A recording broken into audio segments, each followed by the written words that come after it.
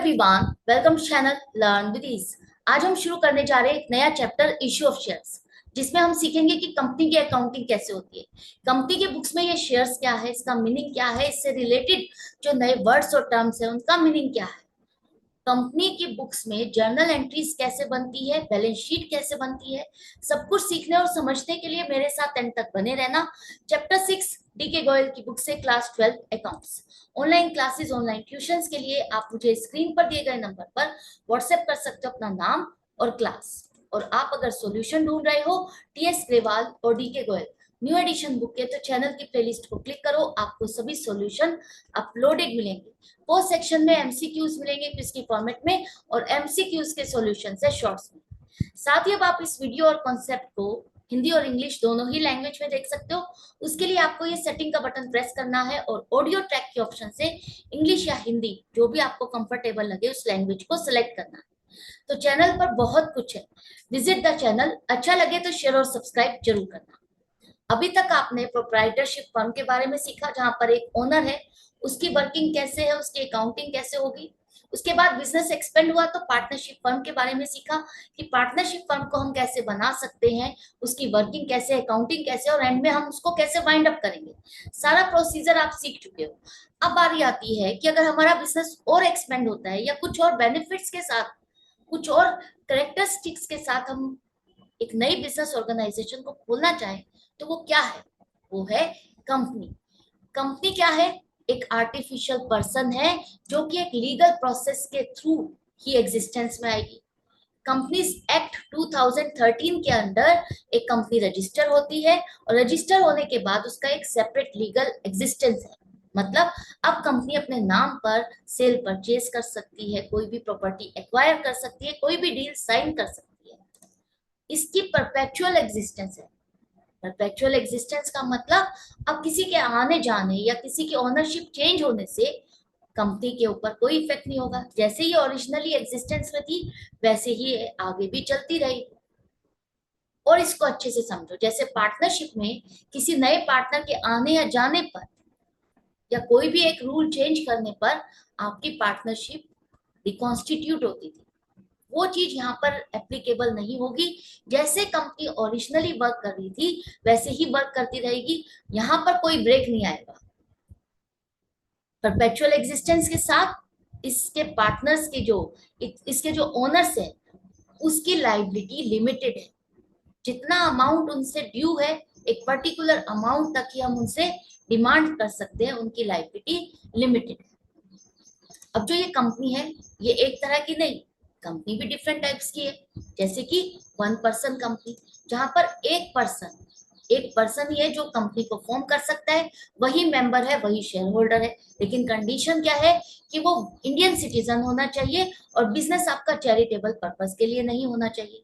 आप इस तरह की कंपनी को पहचानोगे कैसे कि ये 1 पर्सन कंपनी है? उस कंपनी के नाम के एंड में ओपीसी लिखा होगा। अगर उस कंपनी के एंड में ओपीसी लिखा है तो इसका मतलब ये 1 पर्सन कंपनी है, एक ही पर्सन है जो इस कंपनी का शेयर होल्डर, ओनर, सब कुछ है। इसी तरह से प्राइवेट कंपनी में मिनिमम 2 मेंबर्स और मैक्सिमम 200 मेंबर्स मिल करके एक प्राइवेट कंपनी को ओपन कर सकते हैं। लेकिन ये कंपनी पब्लिक को शेयर्स इशू नहीं कर सकती। अपनी कंपनी में पब्लिक से इन्वेस्टमेंट इनवाइट नहीं कर सकती, और अगर वो पब्लिक से इनवाइट नहीं कर सकती तो ये शेयर्स सेल परचेज भी नहीं हो सकते, इनकी ओनरशिप ट्रांसफर नहीं हो सकती। आप इस कंपनी को कैसे पहचानोगे? इस कंपनी के नाम के एंड में प्राइवेट लिमिटेड लिखा होगा। अगर एंड में प्राइवेट लिमिटेड लिखा है तो ये प्राइवेट कंपनी है। अब एक और फॉर्म है जो कि है पब्लिक कंपनी। पब्लिक कंपनी में मिनिमम 7 और मैक्सिमम नंबर ऑफ मेंबर्स की कोई लिमिट नहीं है। मिनिमम 7 होने चाहिए और मिनिमम 7 मिल करके कोई भी कंपनी को फॉर्म कर सकते हैं, खोल सकते हैं। अब जो ये कंपनी है ये पब्लिक को शेयर्स इशू कर सकती है, अपनी कंपनी में पब्लिक को इनवाइट कर सकती है इन्वेस्टमेंट के लिए, ओनरशिप के लिए। तो इसके शेयर्स क्या है? ट्रांसफरेबल है, किसी को भी सेल परचेज हो सकते हैं, ओनरशिप चेंज हो सकती है। इस तरह की कंपनी को आप कैसे पहचानोगे? इस कंपनी के नाम के एंड में लिमिटेड लिखा होगा। अगर लिमिटेड लिखा है इसका मतलब ये पब्लिक कंपनी है। अब ये तीनों तरह के ऑर्गेनाइजेशन को आपने सीख लिया। हमारी जो बुक है, जो हम सीखने वाले हैं, उसमें हम मेनली पब्लिक कंपनी के बारे में सीखेंगे, जहां पर कंपनी पब्लिक को शेयर्स को इशू करती है। अब यहाँ पर हम एक वर्ड बार बार सुन रहे हैं और समझ रहे हैं, वो है शेयर्स। इसका मीनिंग क्या है? शेयर्स आपका है यूनिट जिसमें कंपनी की कैपिटल पूरी डिवाइड है। जिसके पास जितने शेयर्स होंगे वो उतने ही परसेंटेज का उस कंपनी का ओनर है। अब ये शेयर्स भी कई तरह के हो सकते हैं। मेनली हम यहाँ पर दो टाइप के शेयर्स के बारे में डिस्कस करेंगे। पहला है प्रेफरेंस शेयर्स। जैसा कि नाम से ही पता चल रहा है कि इन शेयर होल्डर्स को, इन शेयर्स पर कुछ मेन प्रेफरेंस दी जाएगी, जैसे कि उनको डिविडेंड की जब पेमेंट होगी तो पहले की जाएगी। डिविडेंड क्या है? जब कंपनी का प्रॉफिट है वो ओनर्स में डिवाइड होता है, और वो प्रॉफिट जब आप ओनर्स को देते हो तो वो प्रॉफिट नहीं कहलाता, डिविडेंड कहलाता है। और जब आपने किसी साल वो डिविडेंड नहीं दिया तो इन केस में, प्रेफरेंस शेयर्स के केस में, वो एक्यूमुलेट होता जाता है कि लास्ट ईयर का भी डिविडेंड मिलेगा और इस साल का भी डिविडेंड मिलेगा। जब भी कंपनी वाइंड अप होगी तो उनकी कैपिटल सबसे पहले रिटर्न होगी, लेकिन इनके पास कोई वोटिंग राइट नहीं है। वो मैनेजमेंट में, डिसीजन मेकिंग में कोई पार्टिसिपेशन नहीं कर सकते। इसके साथ ही दूसरा आपका इक्विटी शेयर है, जिसमें उनको डिविडेंड तो मिलेगा लेकिन प्रेफरेंस शेयर होल्डर्स के बाद, और इनको एक्यूमुलेटेड डिविडेंड नहीं मिलेगा। मतलब अगर किसी साल डिविडेंड नहीं मिला तो वो स्किप हो जाएगा, उस साल का डिविडेंड इनको नहीं दिया जाता, और इनकी कैपिटल की पेमेंट प्रेफरेंस शेयर होल्डर्स के बाद की जाएगी। वोटिंग राइट इनके पास है, ये मैनेजमेंट के डिसीजन मेकिंग में पार्टिसिपेट कर सकते हैं। तो मेनली इन्हीं दोनों शेयर्स के बारे में हम अपने चैप्टर में डिस्कस करेंगे। अब आपके पास पॉइंट आता है कि शेयर कैपिटल क्या है। जब आप पब्लिक से पैसा कलेक्ट कर रहे हो, शेयर्स के नाम पर पैसा कलेक्ट कर रहे हो, शेयर्स इशू करके पैसा आपके पास आ रहा है, तो वो सारा अमाउंट शेयर कैपिटल है। और जिसने ये शेयर खरीदा वो कहलाएगा शेयर होल्डर। जिसने ये शेयर खरीदा, इन्वेस्ट किया आपकी कंपनी में, वो एक शेयर होल्डर है, एक तरह से ओनर है इस कंपनी। शेयर कैपिटल को हम फर्दर क्लासिफाई करते हैं। अगर आप देखते हो ऑथराइज्ड, रजिस्टर्ड या नॉमिनल, ये वर्ड्स लिखे हुए, तो इसका क्या मतलब है? इसका मतलब है कंपनी अपनी शेयर्स की मैक्सिमम लिमिट बता रही है कि वो कितने मैक्सिमम शेयर्स इशू कर सकती है, कितने नंबर ऑफ शेयर्स इशू करके वो कितना पैसा कलेक्ट कर सकती है, कौन से तरह का शेयर इशू करने वाली है, एक शेयर कितने रुपए का होगा। ये सब कुछ उसे रजिस्ट्रेशन के टाइम पर मेंशन करना होता है। ये हो गई मैक्सिमम लिमिट। इसके बाद इसने पब्लिक को, जरूरी नहीं कि ये सारे के सारे शेयर्स ही ऑफर किए हो, जितने शेयर्स वो ऑफर करती है वो कहलाता है इशूड कैपिटल। कि अब आपने पब्लिक को कितना ऑफर किया परचेज करने के लिए, that is your issued capital. और पब्लिक ने कितना डिमांड किया, इंटरेस्ट दिखाया, अप्लाई किया, वो है सब्सक्राइब कैपिटल। तो ये तीनों ही टर्म्स बहुत इंपॉर्टेंट है, जो कि आपको हर बार क्वेश्चन में पढ़ने को, देखने को मिले। इसी तरह से कुछ और इंपॉर्टेंट वर्ड्स और टर्म्स है जिसको आपको समझना है। जैसे कि लिखा है ओवर सब्सक्राइब। ओवर सब्सक्राइब का मतलब, जितने शेयर्स आपने इशू किए थे, आपने अपना प्रोडक्ट लॉन्च किया, पब्लिक से कहा कि आप आकर के खरीद सकते हो, तो अगर पब्लिक को इतना पसंद आ गया, उसने इतना इंटरेस्ट दिखाया कि आपने जितने शेयर्स इशू किए थे उससे ज्यादा की आपके पास डिमांड आ गई, तो उसको हम कहेंगे ओवर सब्सक्राइब। जब आप जितने शेयर्स इशू करते हो उससे ज्यादा के लिए डिमांड या एक्सेस एप्लीकेशन रिसीव करोगे, तो वहां पर वर्ड यूज होगा ओवर सब्सक्राइब। और इसका अपोजिट है अंडर सब्सक्राइब। जब आपने शेयर्स जितने इशू किए उससे कम के लिए आपने एप्लीकेशन रिसीव की, तो वो हो गया अंडर सब्सक्राइब। लेकिन एक कंडीशन और आती है, जहां पर आपने जितने शेयर्स इशू किए उतने के लिए ही आपने एप्लीकेशन रिसीव की, तो वो कंडीशन है फुल्ली सब्सक्राइब, जहां पर दोनों ही चीज सेम है। अब ये तो हो गई, पब्लिक को आपने इशू किए शेयर्स, आपने पब्लिक को शेयर्स अलॉट किए। जब आप अलॉटमेंट कर दोगे, जब आप अपने प्रोडक्ट को सेल कर दोगे, तो डेफिनेटली उसका पूरा पैसा भी डिमांड करोगे। शेयर जो है एक पर्टिकुलर अमाउंट का है, एक पर्टिकुलर अमाउंट फिक्स्ड है, जिसे हम उसकी फेस वैल्यू कहते हैं। और वो जरूरी नहीं कि कंपनी एक ही बार में डिमांड करे, उसे इंस्टॉलमेंट्स में डिमांड कर सकती है। तो जब कंपनी उस पूरे पैसे को डिमांड कर ले, जितनी अमाउंट का वो एक शेयर है, उसकी फेस वैल्यू पूरी डिमांड कर ले, और वो पूरा पैसा उसका शेयर होल्डर, उसका सब्सक्राइबर पे कर दे, तो हम उसे कहेंगे फुल्ली पेड अप, कि ये शेयर हमारा फुल्ली पेड अप है। और इसका अपोजिट क्या है? जब आपने अपने शेयर की पूरी अमाउंट को डिमांड किया लेकिन शेयर होल्डर ने पे नहीं किया, तो वो हो गया नॉट फुल्ली पेड अप। इसके लिए एक केस और भी बनता है। आप जैसे कि अपने शेयर्स को इंस्टॉलमेंट पे डिमांड कर रहे हो, तो जरूरी नहीं कि कंपनी ने इसी साल पूरा पैसा डिमांड किया हो सकता है हमारा शेयर जो 10 रुपीज का है उसमें से अभी तक 7 रुपीज ही डिमांड किए। तो जब कंपनी ही 7 रुपीज डिमांड कर रही है, तो शेयर होल्डर भी 7 रुपीज की ही पेमेंट करेंगे। तो यहाँ पर पूरे फेस वैल्यू की डिमांड नहीं की गई, तो सब्सक्राइबर्स ने भी पूरा अमाउंट पे नहीं किया, तो ये भी आपका नॉट फुल्ली पेड अप की कैटेगरी में कवर होगा। ये दोनों चीजें भी आपको समझ में आ गई। तो ये जब दो टर्म्स यूज होंगी तो आपको समझना है कि हमारी फेस वैल्यू पूरी रिसीव हुई या नहीं। इसके बाद जो ये शेयर्स हैं वो किस तरह से इशू हो सकते हैं? क्या हम सिर्फ पब्लिक्स के थ्रू ही पैसा ले सकते हैं या कुछ और भी तरीका है? इसको हम प्राइवेट प्लेसमेंट के थ्रू भी शेयर्स इशू कर सकते हैं। प्राइवेट प्लेसमेंट मतलब किसी एजेंसी को हायर करके आप अपने शेयर्स को सब्सक्राइब करा सकते हो, जिसके लिए वो कमीशन लेते हैं।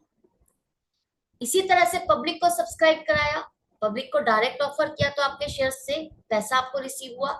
और थर्ड है जहां पर आप इन काइंड डील करते हो, जहां पर आपने किसी से एसेट को खरीदा या उसके बिजनेस को टेक ओवर करते हुए उसको कैश में पेमेंट करने के बजाय अपनी ही कंपनी के शेयर्स उसको अलॉट कर दिए, या उसने आपको अपनी एसेट बेचने के लिए या अपने शेयर्स को खरीदने के लिए, आपके शेयर्स को खरीदने के लिए उसने कैश में पेमेंट की जगह अपनी एसेट को दिया।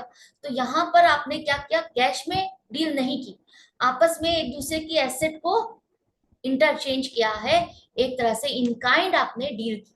तो इन तीनों ही तरह से आप शेयर्स को अपने मार्केट में ला सकते हो और लॉन्च कर सकते हो। अब जो शेयर्स को इशू करने हैं तो उनकी अलग अलग टर्म्स भी हो सकती है। तो सबसे पहला है एट पार। एट पार का मतलब जो आपके शेयर की फेस वैल्यू है, जो वैल्यू है उसी पर आपने उसको इशू किया। जितना फेस वैल्यू है उतने पर ही आपने इसको इशू किया, पब्लिक से डिमांड किया, तो वो कहलाएगा एट पार। और जब हम कहते हैं एट प्रीमियम, इसका मतलब जो उसकी फेस वैल्यू है, जो नॉमिनल वैल्यू है, उससे ज्यादा अमाउंट आप पब्लिक से डिमांड कर रहे हो कि अगर आपको मेरा शेयर खरीदना है तो आपको ये नॉमिनल वैल्यू से ज्यादा अमाउंट पे करनी पड़ेगी। तो ये तो हो गया एट पार और ये हो गया एट प्रीमियम।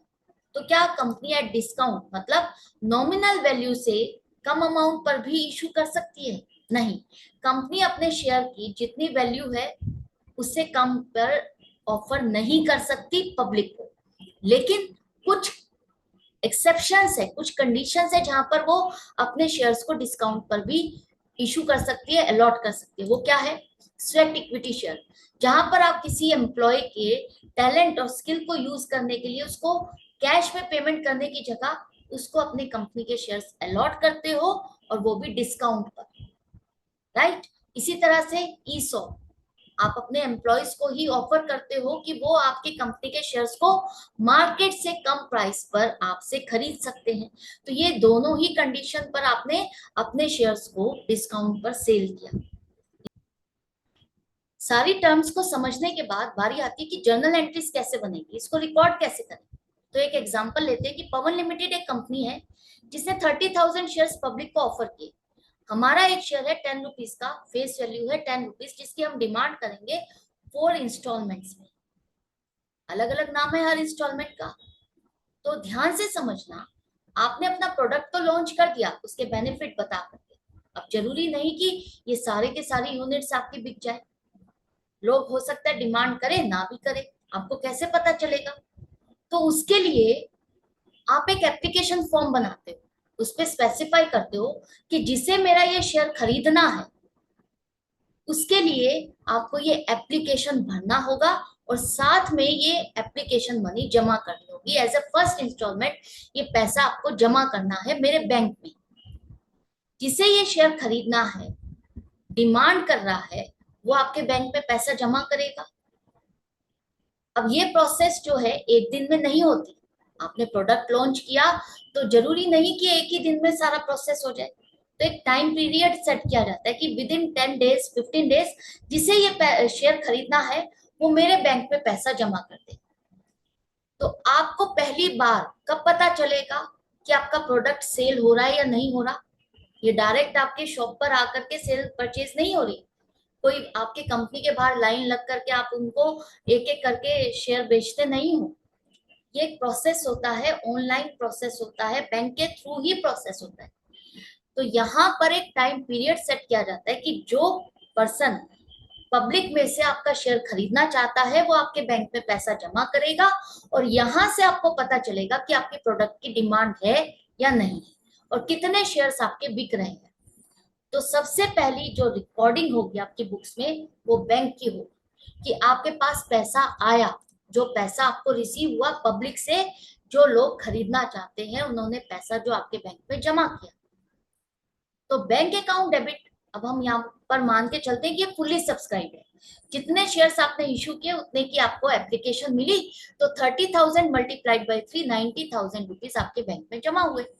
किस वजह से ये पैसा आया? फर्स्ट इंस्टॉलमेंट का पैसा आपको रिसीव हुआ, तो आप इसी नाम से इसको क्रेडिट करोगे कि हमारे बैंक में जो पैसा आया वो शेयर एप्लीकेशन का पैसा आया, टू शेयर एप्लीकेशन अकाउंट 90,000। तो स्टार्टिंग आपकी हुई बैंक से, जहां से आपको पता चला कि आपका प्रोडक्ट बिक रहा है, लोग खरीदना चाहते हैं, और यहाँ से आप फाइनल डिसीजन लेते हो कि हाँ मैं शेयर्स अलॉट करूंगा, कितने शेयर्स मुझे अलॉट करने हैं, किसको अलॉट करने हैं, वो पूरी लिस्ट तैयार होती है। अब बारी आती है अलॉटमेंट की। तो अलॉटमेंट के टाइम पर जो ये एप्लीकेशन का पैसा आपने रिसीव किया, फाइनली आप इसे शेयर कैपिटल में ट्रांसफर करोगे, क्योंकि शेयर पर पैसा जो भी मिलता है वो आपका शेयर कैपिटल है। तो आपने अपने शेयर्स का पैसा रिसीव किया, शेयर कैपिटल का एक हिस्सा आपको रिसीव होगा, तो एप्लीकेशन से निकाल के, इस अकाउंट से निकाल के शेयर कैपिटल में ट्रांसफर होगा, क्योंकि ये एप्लीकेशन अकाउंट तो एक टेम्परेरी अकाउंट है। हर इंस्टॉलमेंट का एक अकाउंट आप खोलोगे, लेकिन टेम्परेरी, सिर्फ ट्रैक रखने के लिए कि ये पैसा मुझे मिला या नहीं मिला। फाइनली आपका बैंक में पैसा आएगा, वो शेयर कैपिटल में ट्रांसफर होता रहेगा। पहला प्रोसेस समझ में आया? अब आपके पास वो लिस्ट है सारी, जो लोग खरीदना चाहते हैं, अब आप उनको शेयर्स अलॉट करोगे। अलॉटमेंट के टाइम पर आप उनसे सेकंड इंस्टॉलमेंट की डिमांड करोगे। अलॉटमेंट क्या है? हमारी दूसरी इंस्टॉलमेंट का नाम है। अब आप बैंक में पैसा आने की वेट नहीं करोगे, आप सीधा डिमांड करोगे। अब आपके पास नाम है जिनके पास आप डिमांड कर सकते हो, उनके पास मैसेज भेजोगे, नोटिफिकेशन भेजोगे कि आपकी सेकंड इंस्टॉलमेंट ड्यू हो गई है। लिस्ट है आपके पास उन नाम की, तो आपने एक ड्यू की एंट्री बनाई कि अगर अब मैं 4 रुपीज डिमांड करता हूँ तो मेरे पास कितना पैसा आना चाहिए। तो पहली एंट्री क्या होगी अब यहाँ पर? Share allotment account debit 1,20,000 to share capital account 1,20,000। अब आप कॉन्फिडेंट हो कि मैंने सेकंड इंस्टॉलमेंट की डिमांड की है, तो जो भी मेरे शेयर होल्डर्स हैं जो परचेज करना चाहते हैं वो ये पूरा पूरा पैसा मुझे दे देंगे, इतना पैसा मुझे मिलना चाहिए, और ये पूरा पैसा मुझे मिल जाएगा, और आपने पहले ही इसे शेयर कैपिटल अकाउंट में क्रेडिट कर दिया, क्योंकि आप कॉन्फिडेंट हो कि अलॉटमेंट का पैसा मुझे पूरा मिल जाएगा, शेयर कैपिटल में आपने ट्रांसफर कर दिया। एक्चुअल पोजीशन कब पता चलेगी? जब बैंक में पैसा आएगा। जरूरी नहीं कि हर शेयर होल्डर आपको पैसा दे दे, उसे बाद में पता चले कि मुझे तो ये शेयर नहीं खरीदना, तो हो सकता है वो यहाँ पर पेमेंट ना करे। लेकिन यहाँ पर हम मान के चलेंगे कि हमें यहाँ पर पूरा पैसा मिल गया, तो बैंक में पूरा पैसा आएगा, तो क्या एंट्री होगी? अब आपने डिमांड की है तो वो शेयर होल्डर आपके बैंक में ही पैसा जमा करेगा। तो bank account debit 30,000 multiplied by 4 1,20,000, ये पैसा बैंक में आया। किस नाम से पैसा आया, किस वजह से आया? आपने सेकंड इंस्टॉलमेंट की डिमांड की थी, तो वो पैसा आया टू शेयर अलॉटमेंट अकाउंट 1,20,000। अब जैसा कि मैंने आपको बताया था, हर इंस्टॉलमेंट पर एक नया अकाउंट खुलेगा, और ये एक टेम्परेरी अकाउंट है, सिर्फ ट्रैक रखने के लिए कि कितना पैसा मुझे लेना है, क्या ये हर एक शेयर होल्डर से मुझे पैसा मिला। तो जितना अमाउंट आपने डेबिट किया था अलॉटमेंट का, उतना ही क्रेडिट किया, ये अकाउंट क्लोज हो गया। अब बारी आएगी थर्ड इंस्टॉलमेंट, जिसका नाम है फर्स्ट कॉल। तो share first call account debit. अब आप ड्यू की एंट्री बनाते हो कि मुझे कितना पैसा रिसीव होना चाहिए डिमांड करने पर। 30,000 मल्टीप्लाइड बाई 2, 60,000 रुपीज मुझे मिलने चाहिए। Share first call account debit 60,000, और आप मान के चलो ये पूरा पैसा मिल जाएगा शेयर कैपिटल अकाउंट में, आपने क्रेडिट कर दिया। कैपिटल क्या है, चाहे वो प्रोप्राइटरशिप हो, पार्टनरशिप हो, हर जगह पर आपके लिए कैपिटल लाइबिलिटी साइड पर आप शो करते हो, क्रेडिट बैलेंस होता है।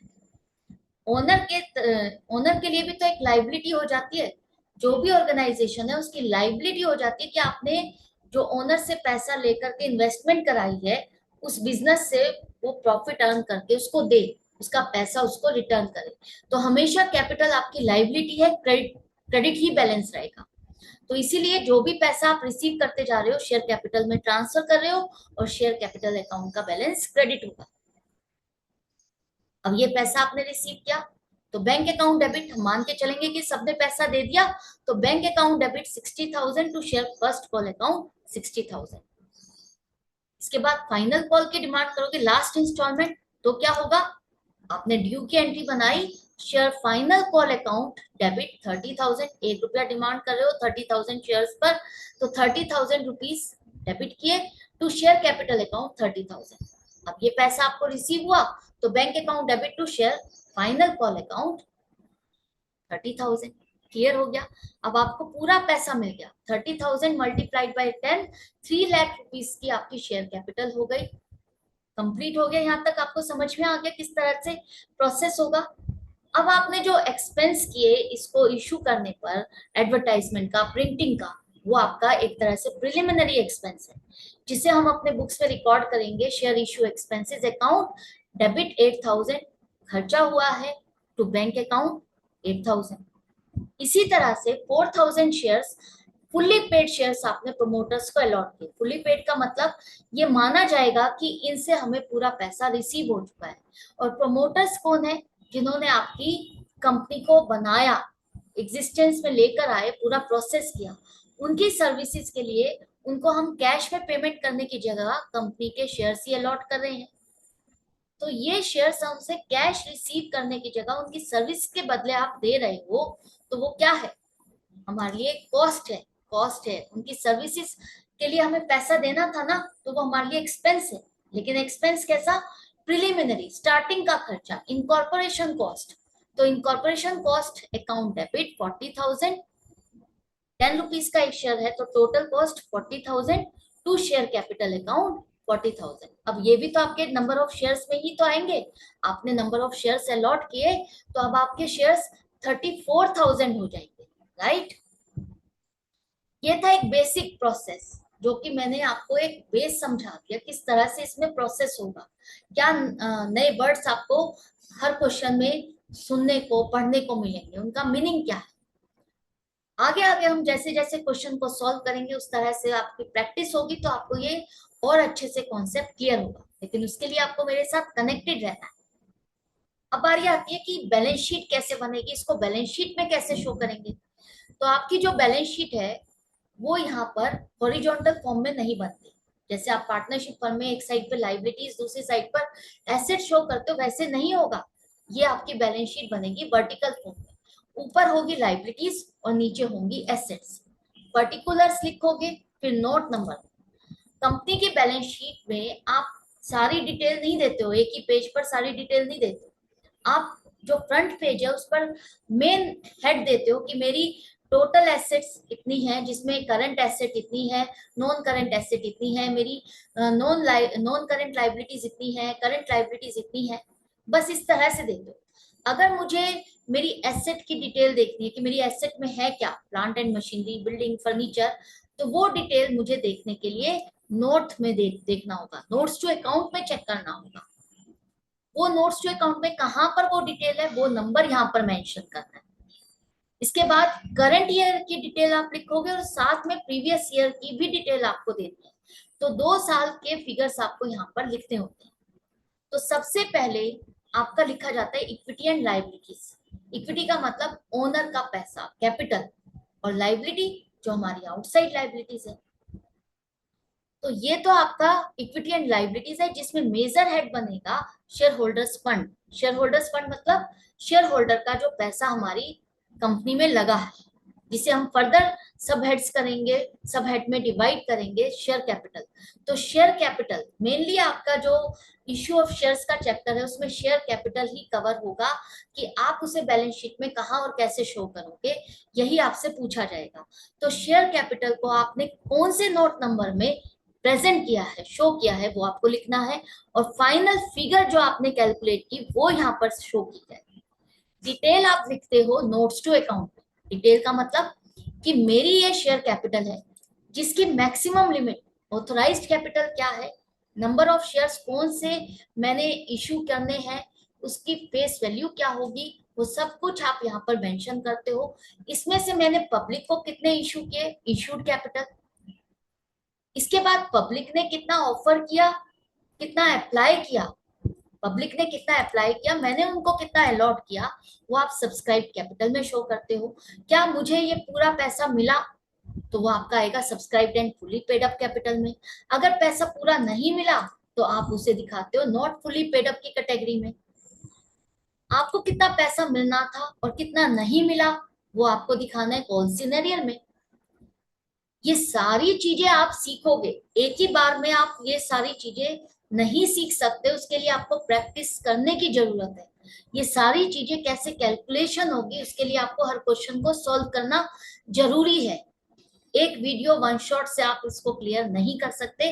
तो मेरी सजेशन और एडवाइस यही है कि आपको कनेक्टेड रहते हुए हर क्वेश्चन को सॉल्व करना है। हम मिलेंगे आपसे नेक्स्ट वीडियो में। अगर वीडियो हेल्पफुल लगे तो लाइक का बटन प्रेस करना और ज्यादा से ज्यादा फ्रेंड्स में शेयर करना। Goodbye and take care.